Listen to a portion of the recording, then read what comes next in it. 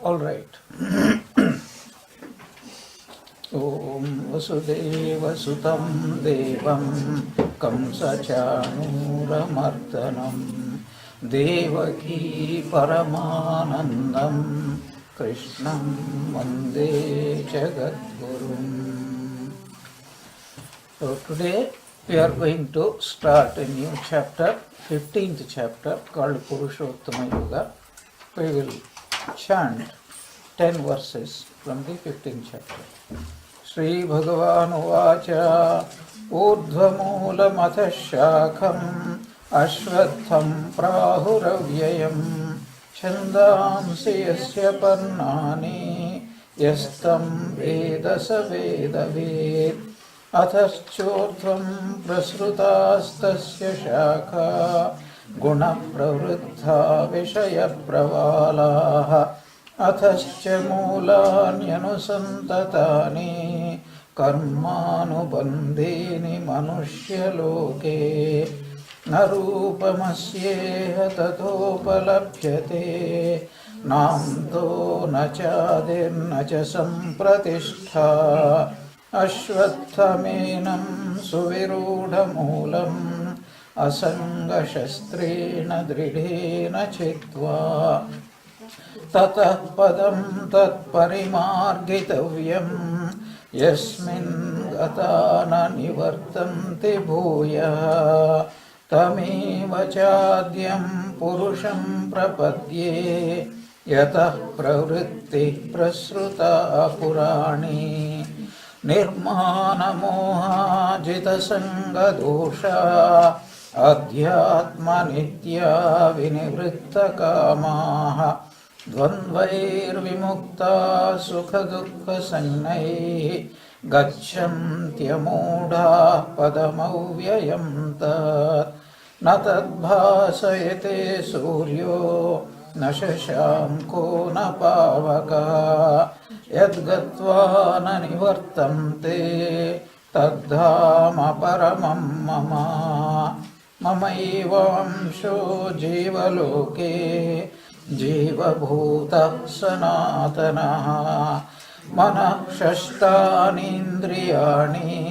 प्रकृतिस्थानि कर्षति शरीरं यदवाप्नोति यच्चाप्युत्क्रामतीश्वरः गृहीत्वैतानि संयाति वायुर्गन्धानि वाशयात् श्रोत्रं चक्षुस्पर्शनं च रसनं घ्राणमेव च अधिष्ठाय मनश्चायं विषयानुपसेवते उत्क्रामन्तं स्थितं वापि भुञ्जानं वा गुणान्वितं विमूढा नानुपश्यन्ते पश्यन्ति ज्ञानचक्षुषः. So last class we completed the 14th chapter called Gunatraya Vibhaga Yoga. So the whole universe is a play of three gunas in the form of many varied manifestations. Kalatraya, the past, the future and the present. Shariratraya, Sthula Sharira, Sukshma Sharira, Karana Sharira, the gross, the subtle and the causal bodies. Three types of experiences: waking experience, dream experience, sleeping experience. Like this, the whole worlds are also divided into three worlds. So, Naraka, Narakaloka, then Bhuloka, then Swargaloka. Human world, then Swargaloka, heavenly world, then hell world, hell. So what is it that makes the difference between all these gunas? Each one of us have a manifesting particular gunas. Our body is made up of gunas. It manifests gunas. It is bound by gunas. Sometimes it is free from gunas. The whole body is manifestation of gunas, three gunas, sattva, rajas and tamas. How do we know? When we are sleepy, which guna? Tamas. When we are very alert but restless, which guna? When we are extremely alert but very calm and quiet, which guna? Sattva guna. When a person is demonic, which gunas are dominating? Rajo guna combined with tamo guna. So when a person is in a mood to be generous, to be giving service to humanity, which gunas are manifested? Sattva guna combined with Rajo guna. Every second, one guna or the other. But always you must remember, no guna works exclusively. Every guna has combination of other gunas to some extent. What is the difference between one object and the other object? It is the manifestation of guna. Even as you see a carpet. See, look here. You see the difference between that carpet and this carpet.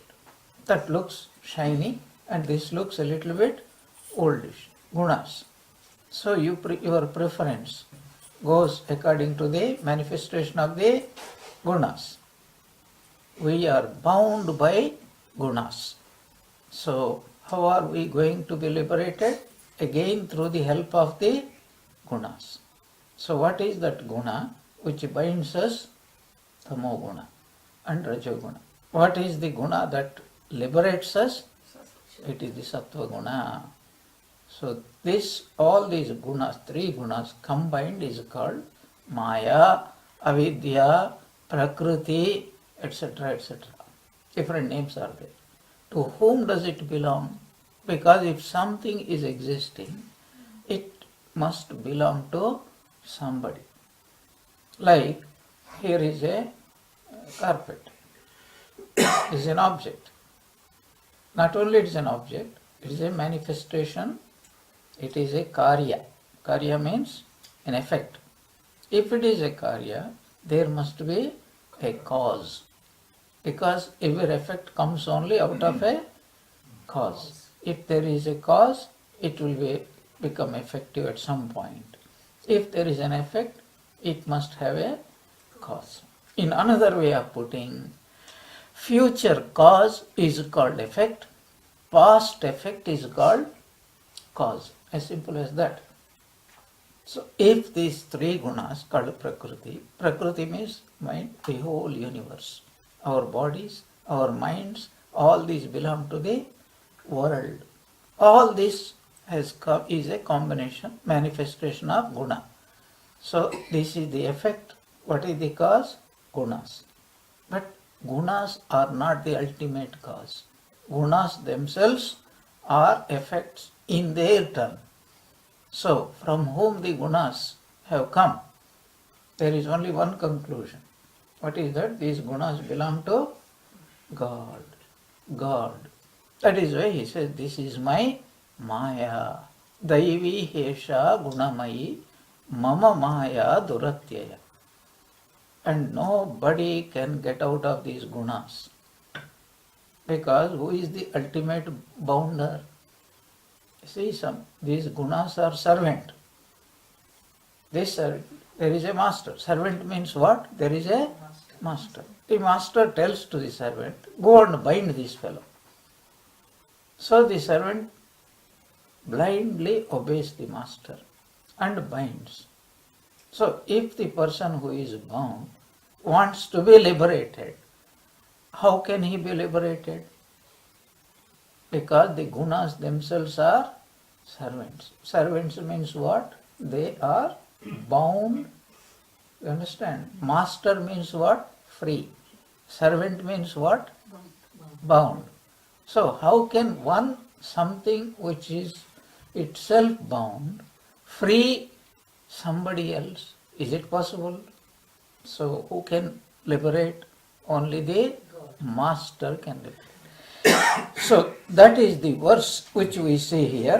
Brahmano hi pratisthaham amrutasya avyayasya cha shashvatasya cha dharmasya sukhasya ekantikasya cha.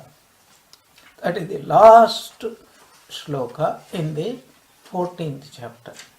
So he says, I am the embodiment of Brahman, of immutable immortality, of the eternal religion and absolute bliss. So I means here not Krishna. When Krishna says I, he doesn't mean the body and the mind. Do you see the difference? When a Vivekananda says I, when Ramakrishna says I, when we say I, there is a difference. When we say I, what do we mean? This body, this mind. When Sri Krishna or Ramakrishna says I, or Christ says I am the truth, I am the way, I am the goal, when they say I, they don't mean to this individual I, they mean the cosmic I, which is Brahman. That's why they have the power to liberate. So here the Lord says, I am the Ashraya, Pratishtha, I am Brahman. Pratishtha means what? I am Brahman. So this whole universe belongs to whom? To me. So if you are bound, what should you do? You should take refuge in me. Only by my grace you will become free. Sarvadharman parityajya mamekam sharanam vraja. Tasmat tvameva sharanam mama dina bandho. So how we can attain to that liberation? When we attain liberation, what would happen? And why we should attain liberation? What is the state of liberation? This is the connection which is discussed in the 15th chapter called Purushottama Yoga. Now it's a very logical way of making us understand what is our true nature. Suppose you are asked, so out of whom did you come? You know, if you see a calf must have come from a cow, parents. Its parents must have come from their parents. Their parents must have come from their parents. If you go on tracing, ultimately you must come to one cause, which is itself causeless. A cause which itself has no further cause, because otherwise the logical mistake will happen. What is called infinite regress. Means what?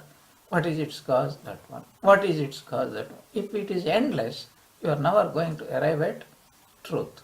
So something, it is a cause of everything, but nothing is a cause of that thing. This is called Brahman. So how to trace? This is the logical procedure. How to trace? Now, in this 15th chapter, he gives the analogy of a tree, a banyan tree, Ashwatha Vriksha. So what is the analogy? When you see beautiful fruit, the fruit will be hanging to a branch. The branch will be connected to the trunk, and the trunk will be supported by the root. You see, that's a root. So root means what here? The cause. So if you want to know what is the root of a tree, a root is always hidden. Only you see the trunk, you see the branches, you see the leaves, you see the flowers, you see the fruits. Rarely we see the roots. Human nature also, psychologists tell us, what we see is the branches, the effects, our thoughts. Our thoughts are what we observe. Behavior is an expression of our thoughts. Somebody is running round. You see that person running round. Then what is your conclusion? He is mad. Why is he running round? Because without any purpose, that's what we always do. So many times. Just go to the kitchen and come back. From the dining room, there is a kitchen. From kitchen to the visitors' room. What is the purpose? Sometimes we forget why we went there. Just come and see. But because everybody does, so we consider ourselves as normal. But if somebody does it more, then what do you call that person? Abnormal, mad person. But these are visible things. If you go deeper, then there must be something in his unconscious why that man is doing this. Why is that person doing that? This is the business of the psychologist, psychiatrist, to find out why this person's behavior has become like this. Anything, somebody is destructive. Why has he become destructive? So psychologists will tell you that unconsciously there is some wrong idea, complexes have developed, or scientists, knowledgeable, very knowledgeable scientists, there is a gene. For everything there is a gene. So I don't know whether there is a sannyasa gene also in some people. Spirituality. Yeah, spirituality is there. Vedanta says it is not one gene, your whole gene is only a spirituality. That is what he is going to tell us. So if we can find out the root, then only we have a complete knowledge of any object. Without knowing, Why is it referring to as root above and branch? that's why we started the discussion. Yeah. Before I even started, you are asking the question. This is the explanation that follows. Right. So, why is this? If you go to the root, that means if you go to the cause, the effect cannot be different from the cause. For example, if you sow an apple seed, you can't have a mango tree. Can you? So if you sow a mango seed, then you cannot have any other tree. It must only be. Now, when we are observing our life, our bodies, our minds, our life, we are born at some point in time. We grow up and then we die. This is what we think we are. But if you go to the root, then if you find you are not the body, you are not the mind, you are the divine, you are God Himself. This is the burden of our scriptures. We have to hear again and again.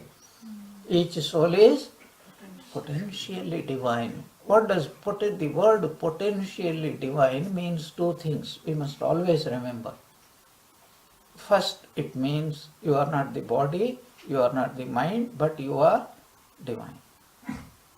Because if you are the body and mind, if that is your nature, you will always have body and mind. Whatever is your nature, you will always have body and mind. That's the first meaning of potential divinity. Second meaning is, the moment you hear each soul is potential, so I am a soul, therefore I must be divine.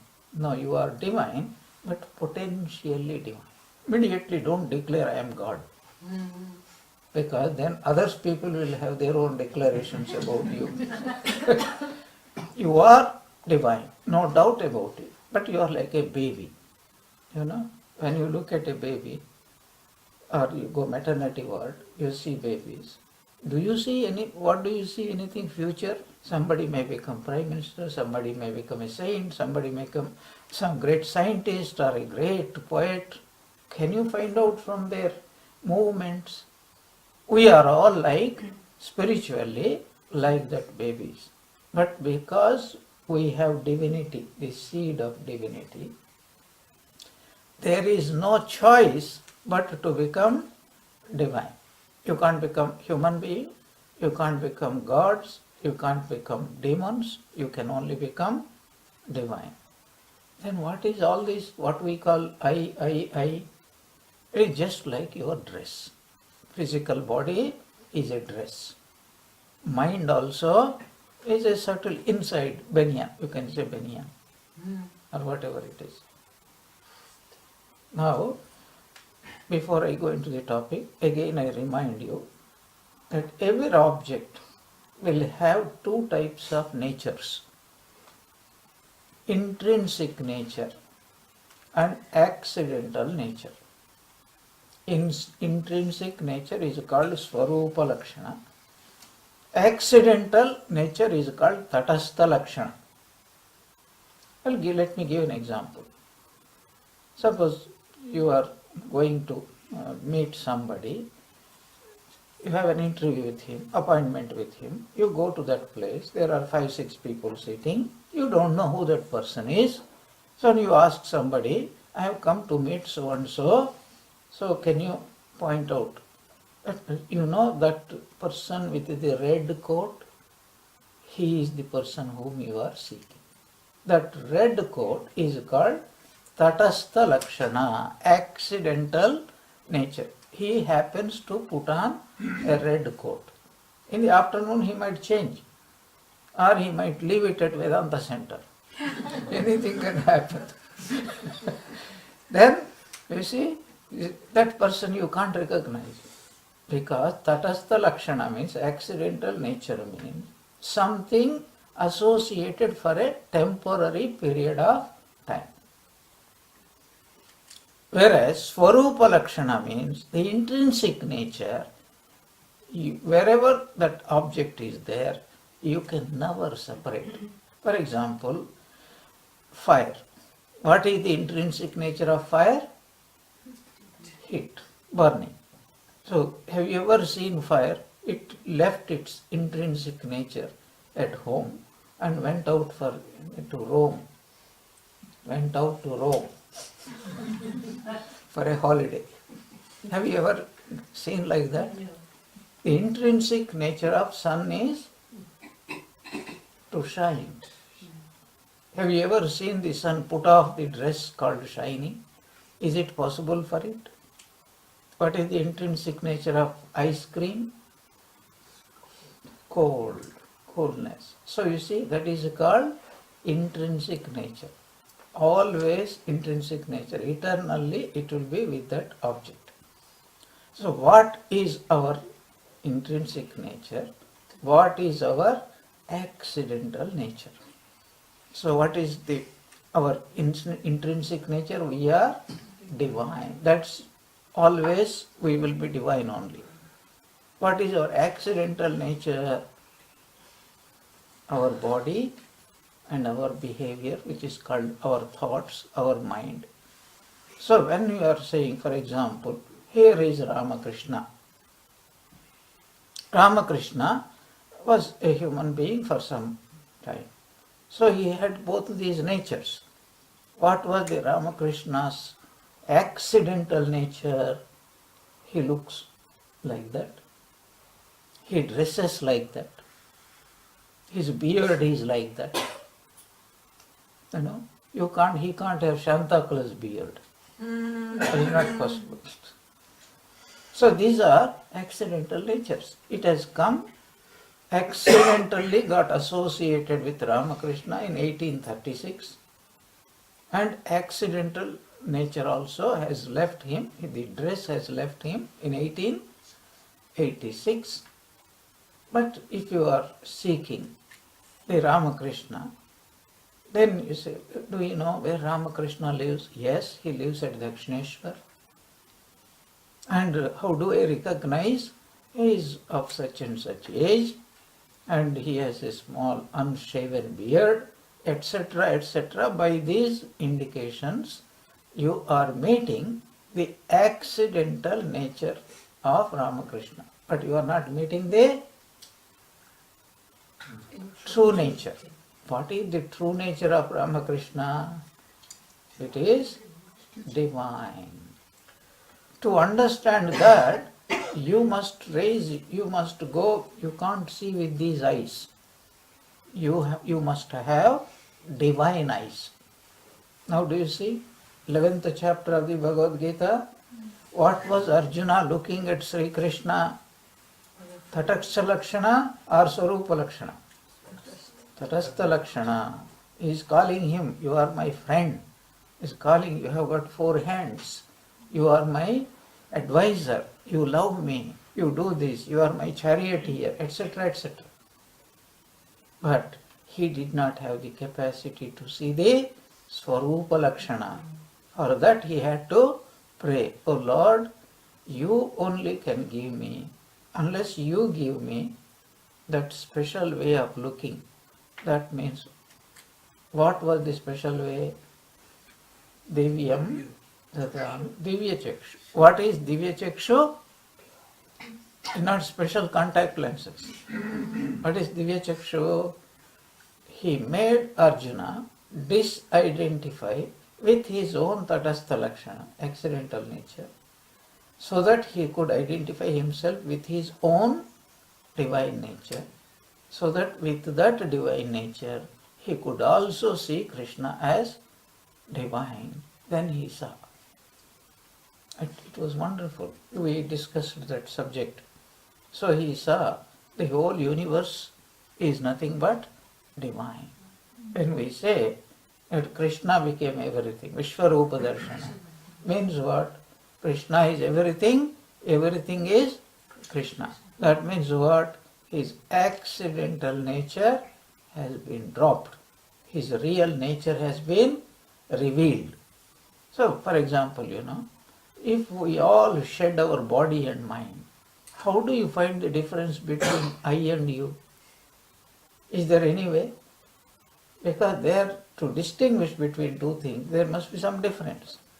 So if body, mind is not there, then there is nothing to distinguish. Nobody to say, even there will not be two people to say, I am Atman, you are also Atman. Only when you have body, mind, you can say, I am divine, you are divine. When you don't have body, mind, who is to say to whom?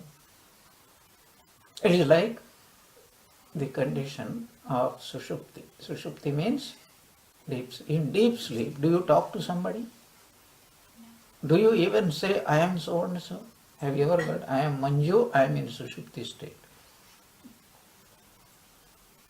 You will never be able to do that because you go beyond time, you go beyond space. That's why I make joke with people. You can make a small experiment, very simple, extremely simple, and nobody succeeded till now to make that experiment successful. I told you, what was that? And when you go to sleep. When you go to sleep, keep a watch and say at what moment you have fallen asleep.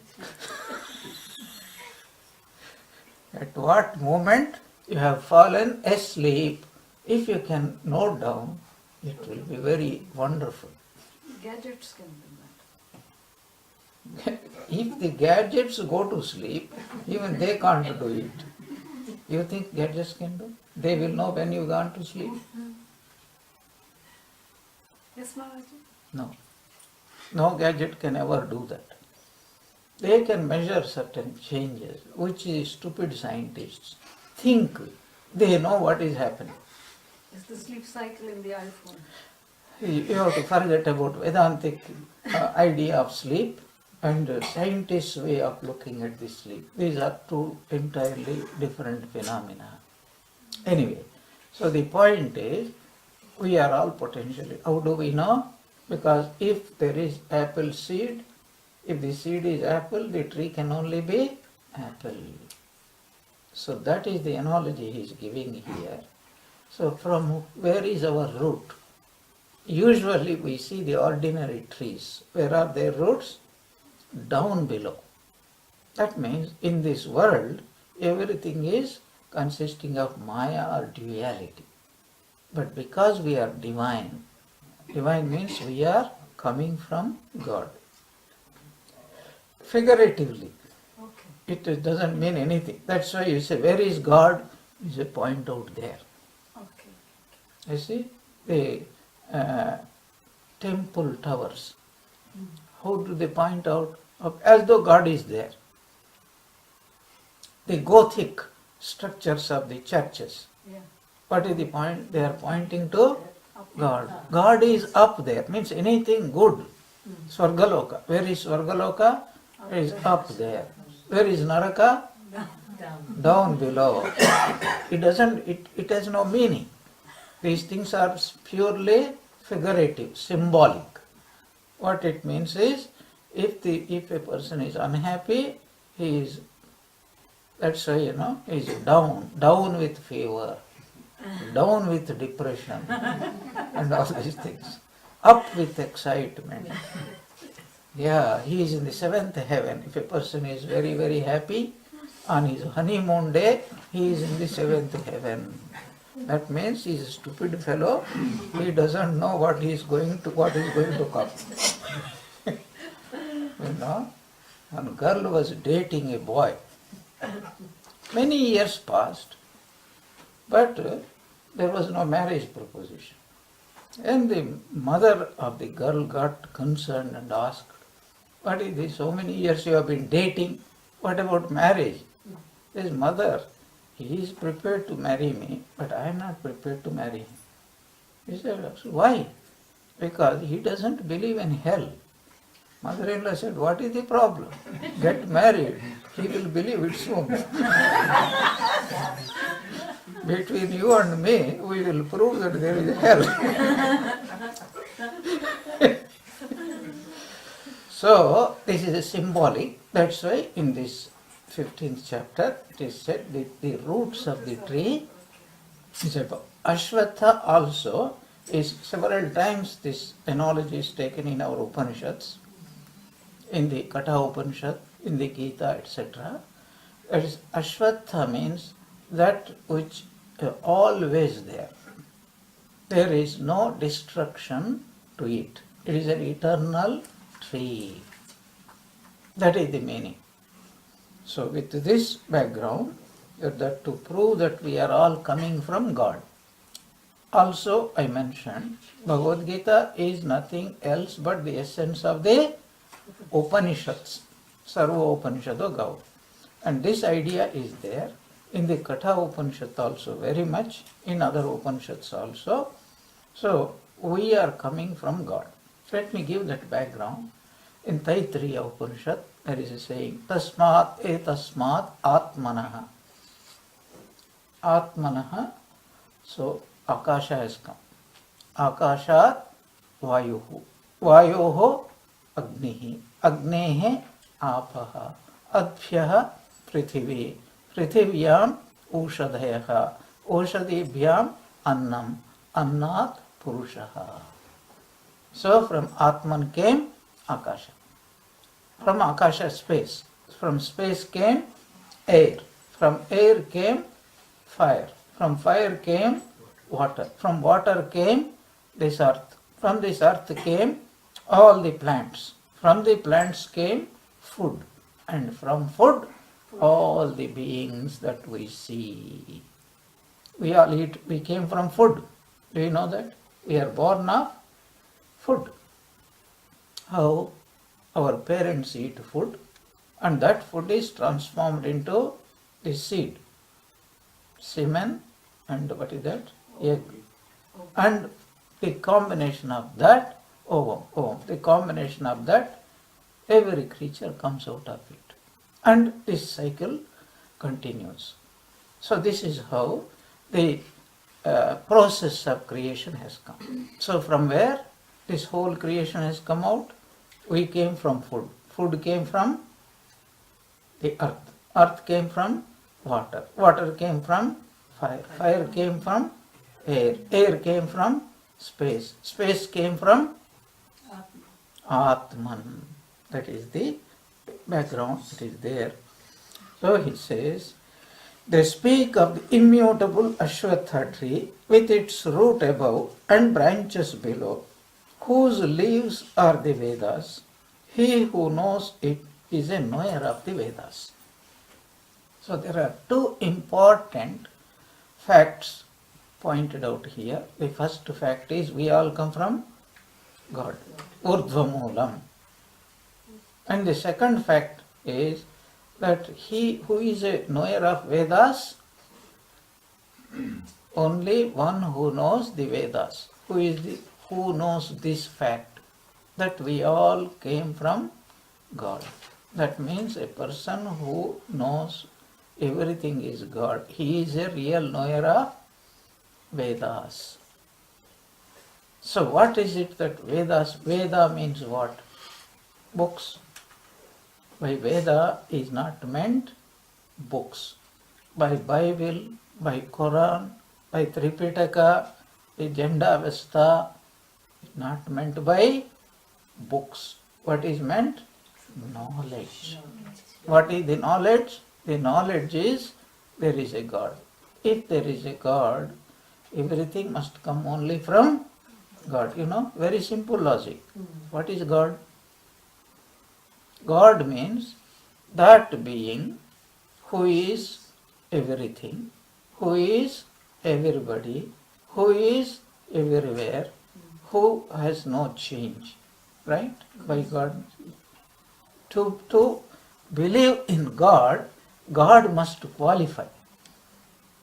If God exists and to be called God, he must have 4 qualifications. Do you know what they are?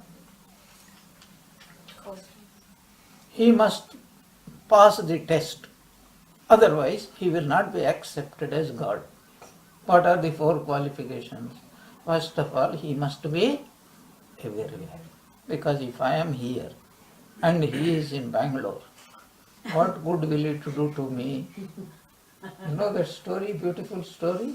Draupadi was being disrobed.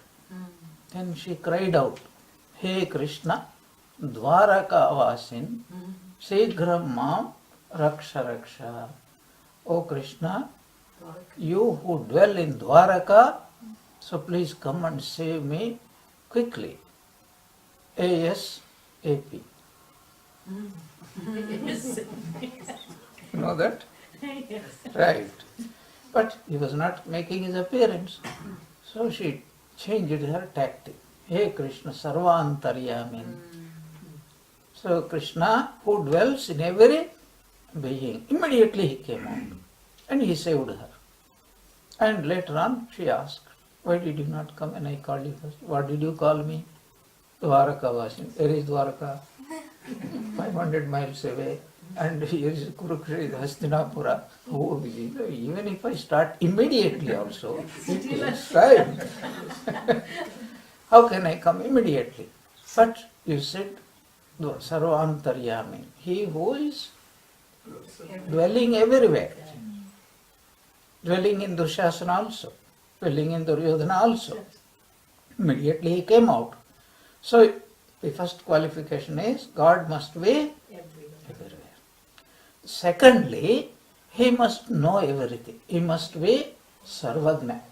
Because if he doesn't know about my problem, even if he knows everything else excepting my problem, that is no good for me. In fact, he should know only about my problem. I don't care about other people's problems. He should be Sarvagna. That is the second qualification. Even if he knows it, he is everywhere, he knows everything, he must have the power to do something. Because he knows everything. We know many things, but we can't help other people. So we must have the power. That's why he must be Sarva Shaktiman. He must have the power to remove my distress, help me, or give me whatever I want. But how many qualifications now? 3. What is the last one?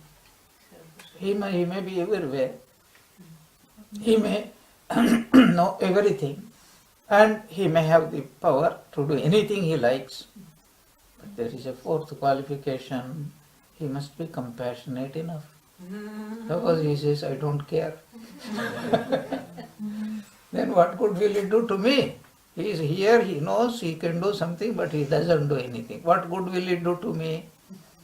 So he must be Kripa Sagara, Daya Sagara, Ahaituka Daya Sindhu. Because you shouldn't put any condition. Look, if I save you, then afterwards you have only to call me. No condition. You call me, don't call me, but you are asking right now, I will save you. So these are the 4 qualifications for us. So now, if we believe in God, if we accept the existence of God, then the question comes, He is everywhere. If He is everywhere, then I am sitting in this chair. So He is outside me, or inside me, or is He me? You are. This is how we have to think about God. Because if God is everywhere, then I must be also God. If I am God, then what I think I must be a false I. So I should think I am God. I should not think I am so and so, because that is how I am excluding God. Maharaj Yeah. Kapil Dev দিবাহুতি তার পাঠে বলেছিলেন হ্যাঁ সেটু প্রসঙ্গতে একটু আলাদা যদিও সেখানেতে তিনি বলছেন প্রতিটি জীব মানে কৃতালয়ম তিনি প্রতি জীব সৃষ্টির মধ্যে মন্দির করেছেন কৃতালয়ম creation hmm is his abad. Hmm That's what he said. I can't exactly remember all the shlokas. Yeah.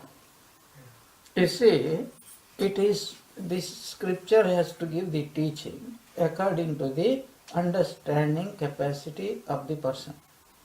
Suddenly it says you are God, then you can't. So there are, the scripture classified people into 3 types. For the first type, it says God is there. He is in the temple. He is in a holy place. He is in a murti. He is in a image or icon. He is first. Then it says in some places he is more manifest, like Varanasi, Rameshwaram, Dakshineshwar, Belur Math, etc. So, logically speaking, that is an illogical statement, because God is equally manifest everywhere. There cannot be less and more manifestation. So it's not that he is more manifest somewhere, but it means we are not capable of perceiving him. Therefore, that place where we can somehow feel his presence, for us, that is the best place. That is the meaning. So that is the first category. God is somewhere out there. The second category, God is inside everyone. A higher type. God is inside everyone. So I feel I am the body and mind. Am I only body and mind? No. You have body, you have mind. Within this mind, there is buddhi, and within that buddhi, there is God. So it doesn't mean he is only in the buddhi and he is not anywhere else. It means the buddhi is that organ which apprehends, which feels the presence of God. The manifestation of God is clearly felt or experienced in the mind. That is why that is called buddhi. This is the teaching for the second type of people. The third type of people, Yuktatvam Asi, thou art that. Thou means what? Not only the body and mind. God is there inside. God is there outside. In fact, nothing exists excepting God. You see now? That is why scriptural statement we should never say this is the only interpretation. Scriptural statement is according to the understanding capacity of the person who is reading it. Unable to understand it, Hinduism is criticized by people. Oh, you are idolaters. You worship images. We don't worship images. Thakur used to ridicule these Brahmos. Even a 6-year-old child of Brahmo is Nirakar Dhyan Koch. He is meditating on the Nirakara of God. What meditation? So, urdhvamulam atashakham ashwatham prahu avyayam. Avyayam means it is indestructible. Why is it indestructible? This tree is indestructible. What is this tree here? This world, this samsara. Whatever we see, that is the world. So we are all like what? Fruits. So, first there is plant, then it becomes a tree, and the tree, as plant grows into tree, the trunk grows, the branches grow, the leaves grow, but that is sustaining the tree. But once the tree grows sufficiently, then what is the first thing that comes? Flower. After the flowers come what? Fruits. So that is the exact process. Our body is like, as we grow, then we develop the branches, means our hands, our feet, etc. Our thoughts, more or less, you can compare to flowers. And these thoughts, when they translate into physical reality, these are called actions. Actions can be compared to the fruits. So different fruits are there. Some actions are good actions, some actions are bad actions. So the result of good actions will be like enjoying a ripe, you understand? A mango tree. There is it has a lot of fruits. Some fruits are very ripe. They are very enjoyable. Some fruits they're worm ridden. Inside there are worms. It is not properly ripe. Not properly ripe. If somebody eats that, so the good actions are nicely ripe fruits. The evil actions are like unripe, disease-ridden, worm-ridden. It's immature type of fruits. And the person, the jiva, who enjoys these fruits, sometimes he is happy, sometimes he is unhappy. This analogy is again given in the Mundaka Upanishad. Dvasuparna sayuja sakhaya samane vrikshe parishasu. There are two birds of golden plumed. One is sitting on the highest branch without doing anything, serene, blissful, unchanging.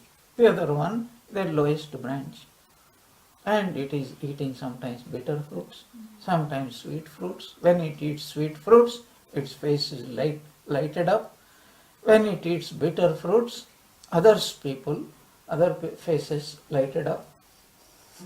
That's what happens. If some misfortune happens to somebody whom we don't like, our faces light up. Yeah. When we enjoy, our faces are light up. When people whom we like, they enjoy, our faces are lighted up. They vice versa. Others are also like that. So this is the comparison given. So here the simile is of this whole samsara vriksha. It is avyaya, means it is indestructible. Why is it indestructible? This creation cannot be destroyed. Why? Because its roots are in God.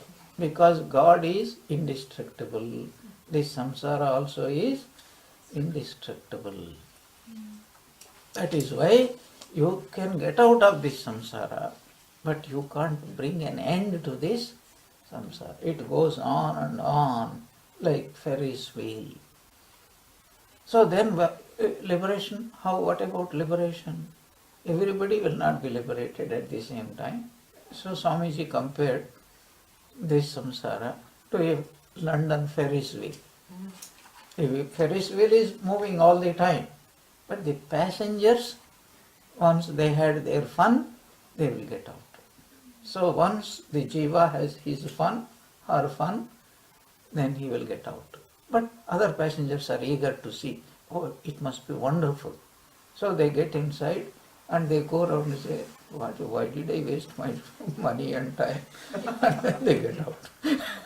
But until they go, they won't know that they are wasting their time. So it takes time.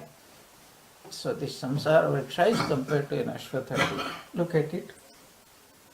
They speak of this immutable ashwatha tree with its root above and branches below, whose leaves are the Vedas. Whose leaves? You know, what is it that sustains a tree? Leaves. What is it that sustains us? It is the leaves. How? You know, what are you eating? So you are eating rice. The rice comes from where? From a plant. And the plant is sustained by what? By the leaves. Because the leaves photosynthesize the energy from the sun, and that energy is transformed in a digestible form so that it becomes leaves, it becomes fruits, it becomes roots, and this is what we are eating. Even non-vegetarians, because a goat, a chicken, what do they eat? They also eat same energy. So they are eating the sun in the form of leaves, etc., grain, etc., whatever it is. So the point is that leaves is what sustain us, because a leaf is nothing but a digestible form of energy. What is food? Food means what? Energy. So that we can think, we can do some actions, etc. Do you understand the point? Here it is called Vedas. Veda means what? Knowledge. So, it is knowledge which sustains us. It is knowledge, Oh, this is my hand, that is knowledge. There is a door, that's knowledge. So the way to go out is through this door, that is knowledge. There is food, that is knowledge. It is poison, that is knowledge. That object is good for me, that is knowledge. You see, the whole life is nothing but play of knowledge. You just see how wonderful it is. Your thoughts. The poor body doesn't know anything. It is only your mind which knows. Your eyes, poor eyes, do not know. They are just like windows. Does the window know how much light is there outside? Does the window know? It is only an instrument for us to look out, is it not? Like a spoon. So you go to a costliest restaurant, pay £100 for soup, and they will give you also, fortunately, a spoon. Does the spoon know the taste of the soup? Who knows? Only you know. It has advantages. If the soup is bad, why did I waste so much money? The spoon doesn't regret.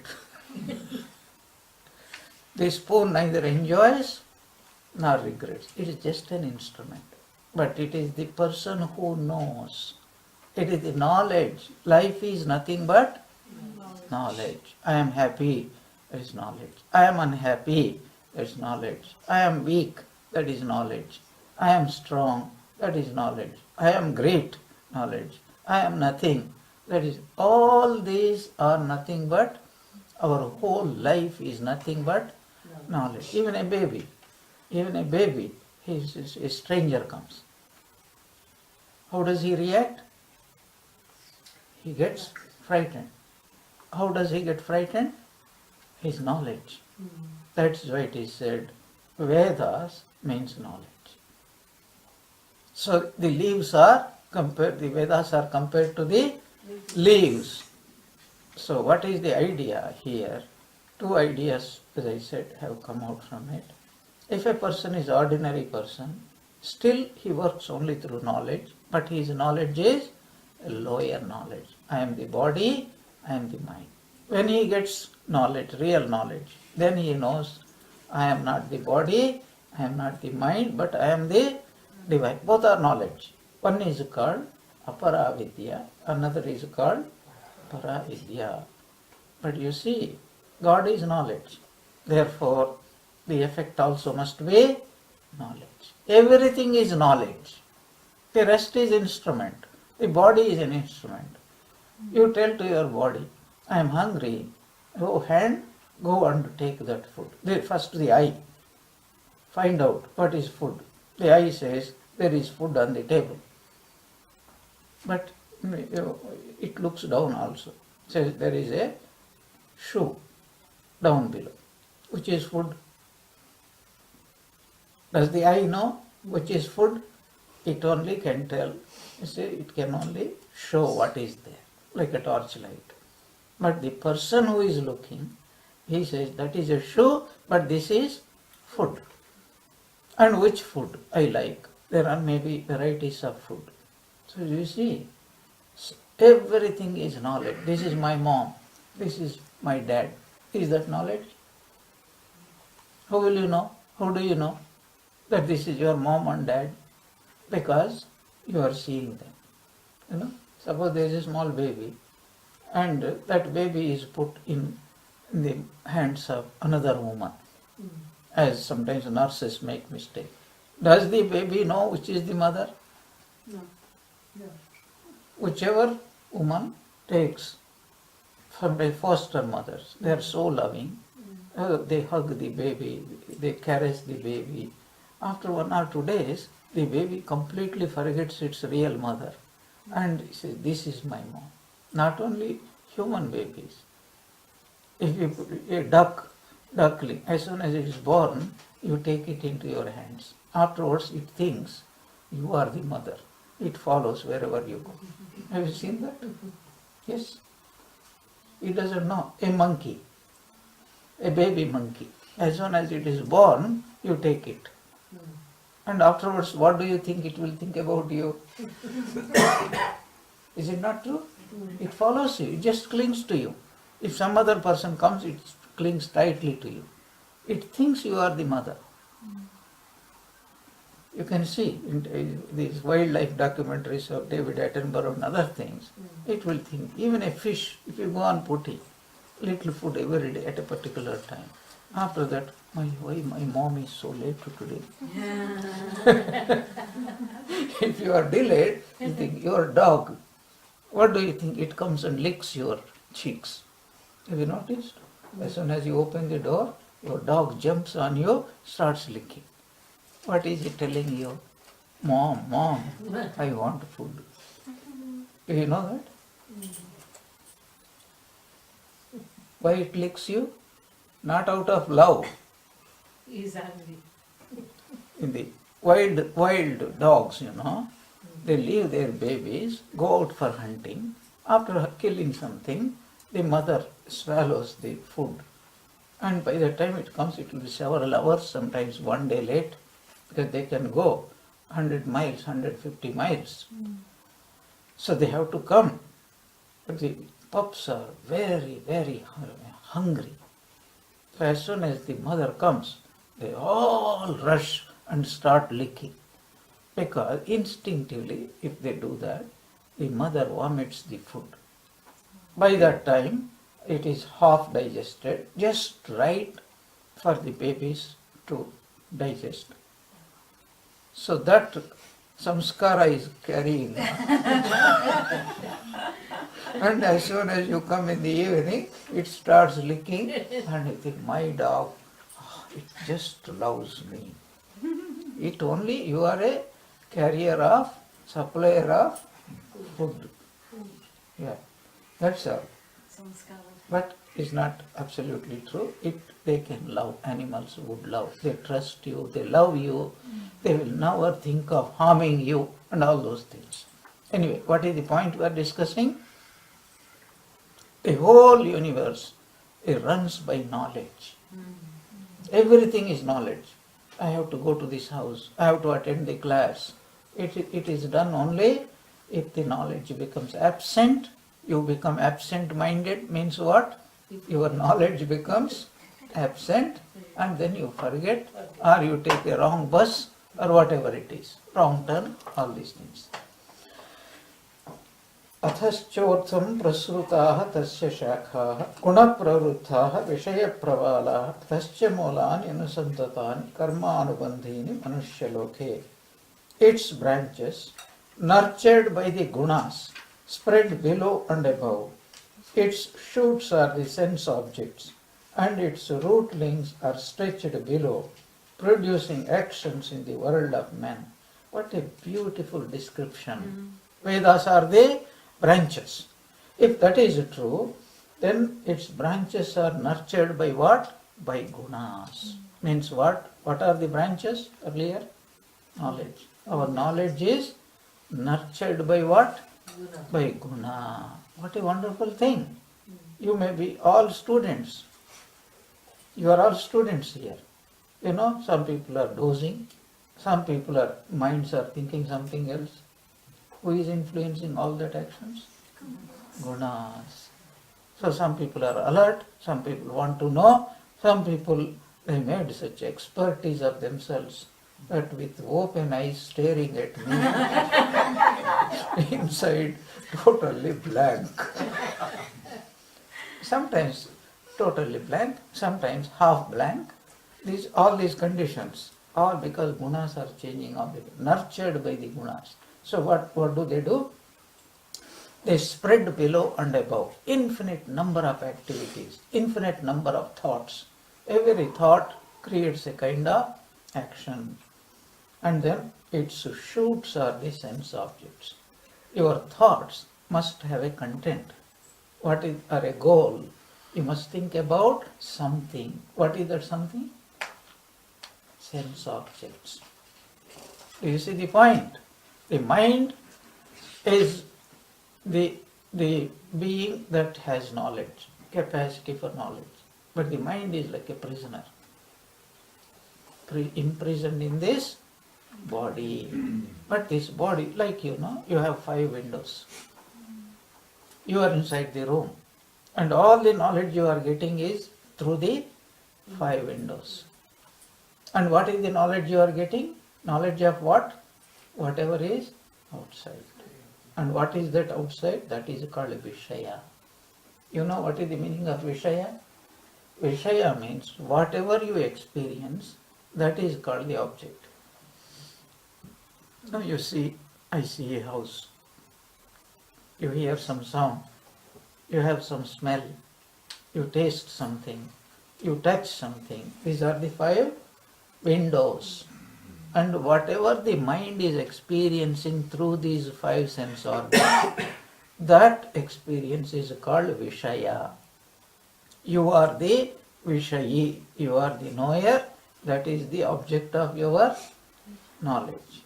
Everything is a sense object. Why is it a sense object? Without sense organs, you can't have any object of which you have knowledge through the sense organs is called sense object.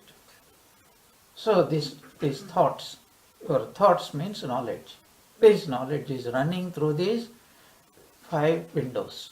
And you are experiencing what really you are experiencing? Nothing but God. But you are not experiencing God directly. You are experiencing God through these 5 windows. So God appears to be of 5 sense objects. What are those 5? Shabda, Sparsha, Rupa, Rasa, Gandha. Simple. So that's why the Lord says, its shoots are the sense objects and its rootlings are stretched below. What is the rootlings? The root is the unconscious. Rootlings, just like psychologists tell, deep inside our unconscious, there are so many seeds are lying. Strings. Seeds means samskara. Samskaras means what? Strings. Like people, this is what is called puppet show. Who is pulling all the strings? This verse, if you understand these few verses, many things become very clear. You look at somebody, you don't like the person. First time you are meeting, you don't like the person. Why? What experience you have of this person? The first time you are experiencing. Why this judgment that I don't like this person? Because there is something in your unconscious which pulls your mind and says, this face I don't like. this voice, even though sometimes, do you know the voice, how irritating it could be? I experience it, some of our devotees, when they phone, you know,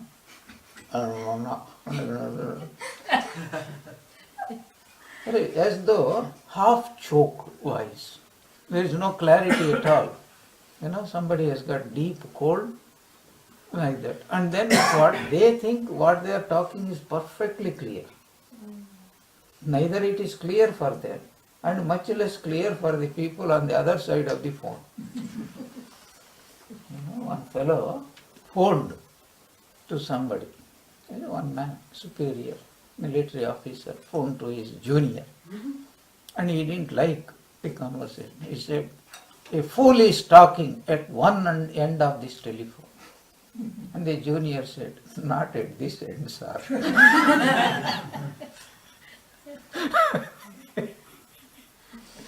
So, you know, people don't know what they are talking, and much less they know what they are doing. Everyday experience. Open your eyes and see what we are, each one of us. I am not talking about somebody else. I am talking about each one of us. We don't know what we are, why we are doing what we are doing. This is the truth. Why? Because the roots are deep below, unconscious. Some things we like immediately, some things we hate. We are swinging in this play, raga and dvesha, likes and dislikes. But if you logically try to think about it, you can't find the reason. No, can't find, because there is deep samskara. So just as an example, you know, you like somebody, and you sit and ask, "This is the first time I am seeing this person. Why did I like this person?" You cannot discernibly, immediately find an answer. But if you are persistent enough, then you will come eventually. I have met a person to whom this person resembles very closely. Face cut, voice, smell, the scent, whatever it is. And that person had been very kind to me in the past. Therefore, the mind jumps to the conclusion, since a person looking like this in the past had given me so much of happiness, so this person also must be giving happiness in the same way. This is just for fun, you know, psychologists. Why a young man chooses? Because he forgot his mother looked like that when he was young. Naturally, mother would be very pleasant to the baby. But he forgets after marrying, this is not his mother. And so she can't be as pleasant as his mother was. And they have stupid husbands also. "You don't cook like my mother." No, that's very common. It's very common. Yeah. And this stupid fellow, he has been married for 30 years. That means what? He is advanced in age. At that time, when he was young, whatever you were cooking was wonderful. But now it is not good. He doesn't understand. He doesn't have the capacity to enjoy. He is blaming the other, "Your cooking is not all right." I mean, this is an example. How much we are pulled. That's why the psychologists tell us our outward thoughts and actions are like the tip of the iceberg. Deep inside, this unconscious is pulling us. Samskar. This is what we call, Hindus call, Vedanta calls samskara. So that's what he's telling. Deep beneath, rootlings are stretched below, producing actions in the world. We are slaves of our deep-rooted samskaras. That is why you can just see in a family, maybe father, maybe mother are highly religious. They like to meditate, they like to do puja, but the children, absolutely no attachment at all. And the tragedy of it is, you know, when they are young, the parents bring them. And they seem to be so much interested They come, Maharaj, they make pranams, they take chocolates, they do this, they do that. But as soon as they grow up, after that they don't come at all. Recently I heard an incident in our Hollywood Center. There was a family and they had two male children. I don't know much details, male children. Both of them, the parents used to bring them. Whenever they come, they will bring. And the children, they play there and they get nice sweets from the Swamis and they grew up like that. And then they grew up about almost 20 years. Then of course they stopped coming. So the eldest brother, one day, he came home and tried to stab his younger brother. And then he was asked by the parents. Of course, he injured a little, not much. He was prevented. He was asked, why did you do that? He says, you people, you forced us to become religious. You always force us to sing Khandana. You always forced us to go to the ashrama.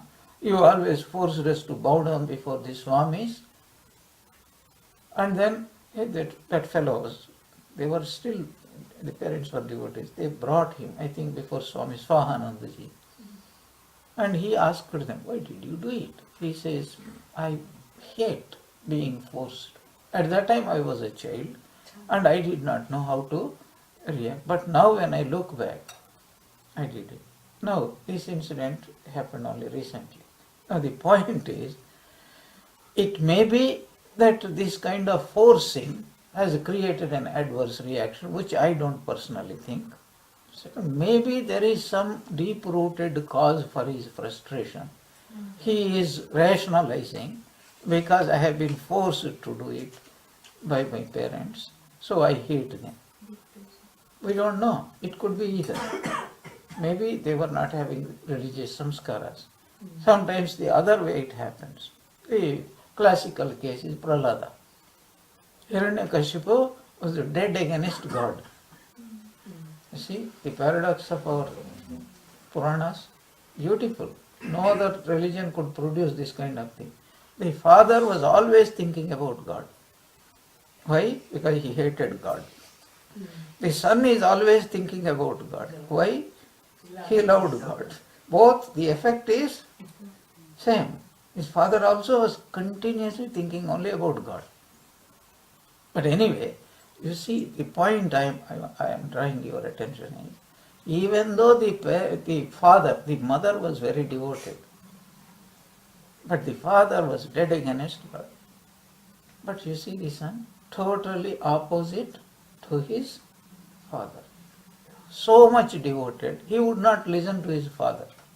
And the father, tried to kill him. But he didn't succeed. He himself finally obtained God. That's a different issue. The point is, we don't know the samskaras. So this is one of the biggest topics that was being discussed there. What should the parents do? How should they bring up the children? So should they force them to bring to the ashram? Yes, they should. Not forcing, bring them naturally. Until they reach a certain age. And then you say, my friends, so in the Sanskrit it is there, until a boy is 12 years old, he should be disciplined by the father. After 12, he should be like a friend. So you say, now we thought this is the best course, so we took you to the ashrama. Now you are grown up. Now you do what you think is best for you. We will not force you. So forcing whole life is bad.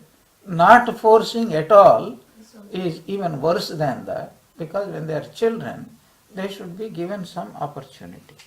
But once they grow up to certain, then the parents should not force them.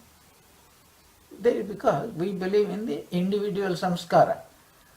There is no such rule that the whole family should have the same samskara. There is no such thing at all.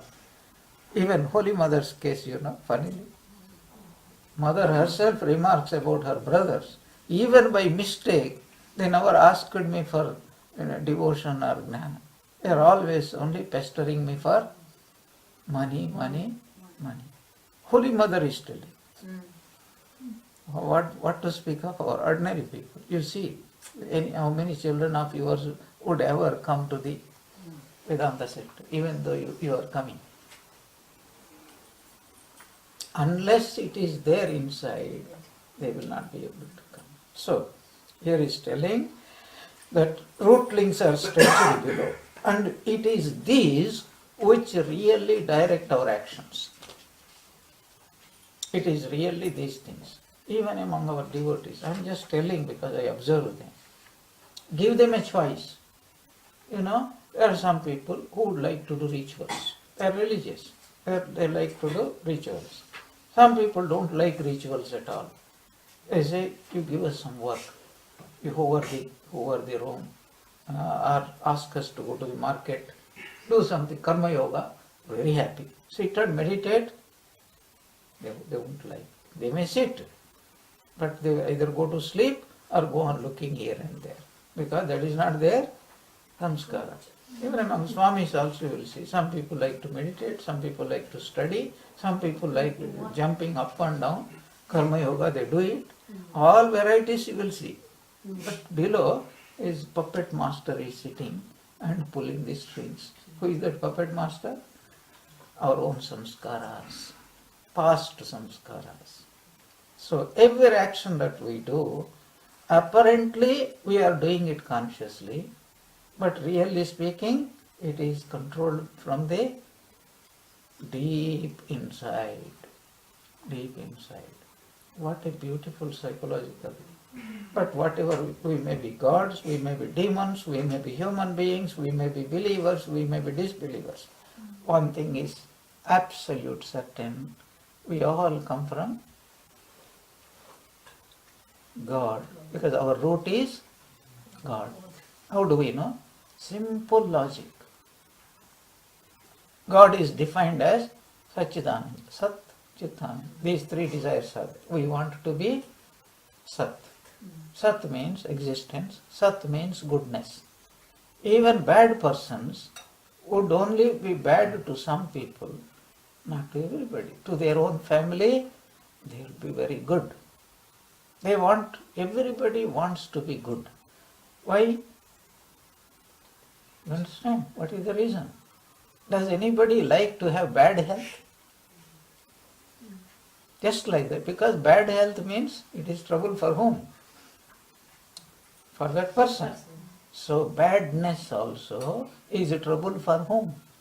If somebody is bad, it may be trouble for others, but the first trouble will be person. If your tooth is bad, who suffers? Yeah. Nobody wants to be bad, but they think that by doing certain things, they will be happy. It is only to make themselves happier. They do bad things. But willingly, nobody wants to be bad, because a bad thought is an unhappy thought. An unhappy, do you understand what I am talking about? What is good thought? I want to be happy. I am happy is a good thought. If I am not happy, if that thought is there, that is a bad thought. And that bad thought comes only from bad thinking. That bad thinking leads to bad action. So, man will do anything to remove that thought that I am not happy. He wants to remove that thought. Some people think by killing others, that thought will disappear from their mind. Some people think by robbing others, you understand? So, why am I unhappy? I don't have money. So, if I rob a shop, a person, I will be happy.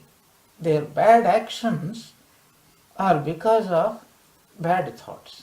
The bad thoughts are because they want to remove that bad feeling in them that I am unhappy, I want to be happy.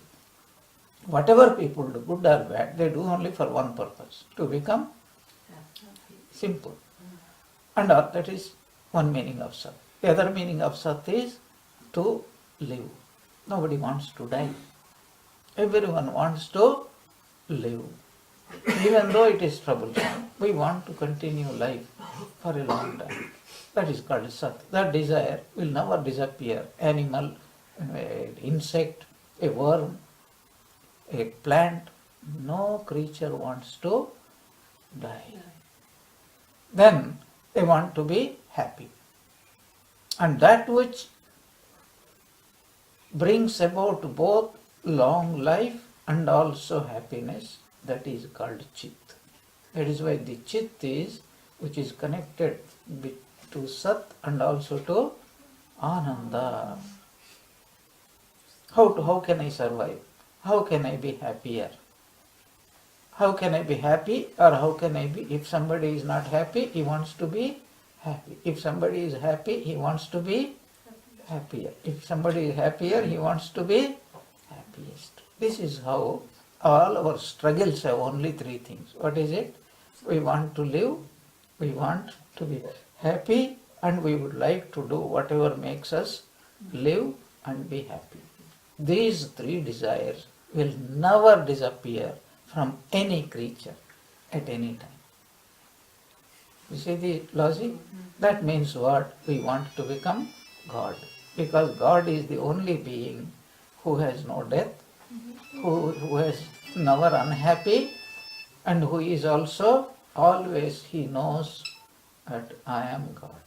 Means I have no death, I have no unhappiness, because I am God. It is that which is driving our deep unconscious. So Vedanta says, you psychologists, you divide mind into two parts, the conscious and the unconscious. But we Vedantins divide the mind into three categories: the unconscious, the conscious, and the superconscious. The superconscious is deeper than the unconscious. It is unconsciously goading us. I want to have better body, I want to have better health, I want to have better more money, I want to have no enemies, I want to live the longest time. How much time? Eternal. Why are we having these desires? Because there is a memory, I am divine. That's what the Lord is telling here. Even though consciously we don't know our root is God, but unconsciously we remember, I was a prince, I was God. Somehow that memory is, I don't know that I am divine, but I am behaving for all practical purposes.